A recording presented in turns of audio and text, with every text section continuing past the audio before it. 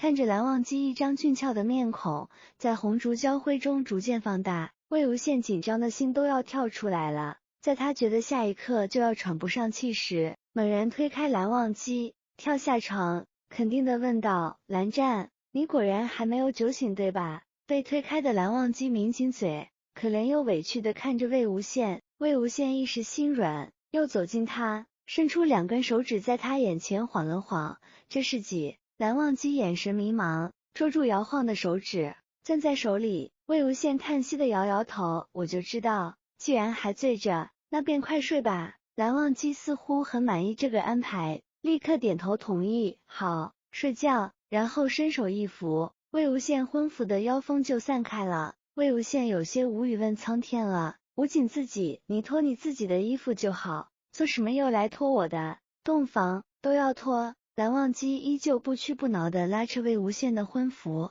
魏无羡觉得有些好笑，想逗逗面前的人，你还知道要洞房？那你知不知道脱完衣服之后干什么？蓝忘机凝神思考了许久，才不确定道：吹灯。魏无羡心道，果然还是那个小古板呀。不过我问什么，他答什么的样子真有趣。魏无羡又问道，那你知道和你洞房的人是谁吗？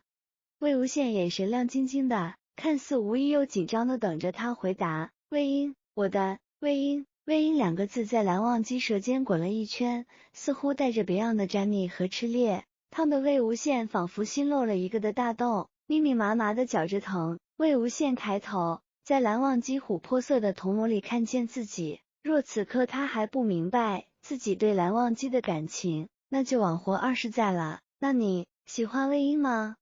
带着小心翼翼的试探和怦然心动的不甘，一起奔向眼前这个未知的答案。他说喜欢。原来喜欢一个人是这样，卑微的等着他垂怜，若得他报以同样的喜欢，便觉得顷刻死去也不枉此生了。从前他跟师姐说，永远也不想去喜欢一个人，可如今真的认栽了。20年春心萌芽一动，魏无羡云霄中漫步的一颗心，终于安稳地落回地面。魏无羡大胆靠近，亲了亲蓝忘机的嘴角，虽然不知道他说的那种喜欢是不是和自己想的一样，还是拉着他的手靠近他耳边厮磨道：蓝湛，我也喜欢你。蓝忘机一时呆住了，瞳孔倏然放大，攥紧魏无羡的手问：这可是你说的，不许反悔？好，不反悔。用不用我写下来画个押呀？喝醉了的蓝忘机认真的像个小孩子，可偏偏魏无羡对他充满耐心。好，写下来。蓝忘机立即起身拉他去书桌前。那也不用现在就写呀。刚刚不是说要睡觉吗？蓝忘机不去理他，取出一份印有许阙灯之纹的红笺，蘸满洒金的墨汁，洋洋洒洒书写起来。魏无羡站在他身侧看着，忽地想起了什么。蓝湛，你从前有没有过归隐的打算啊？蓝忘机停笔回看着他道，尚未想过，不过有你在，都好。真会说话。魏无羡又想亲他了。从前魏无羡总想，等到天下安定，江城能独自撑起云梦的时候，就选一处远离是非的世外桃源住下来。后来师姐跟金自轩归隐之后，他又想，若我也能找到一个愿意跟我一起归隐的人该有多好。此刻这个人就在他面前，魏无羡觉得人生顺意也不过如此，幸福就在咫尺之遥。他又重新将目光移到红笺上，惊喜道：你写的是婚书。蓝忘机又一次被打断，停下的笔却直接被魏无羡接了过去。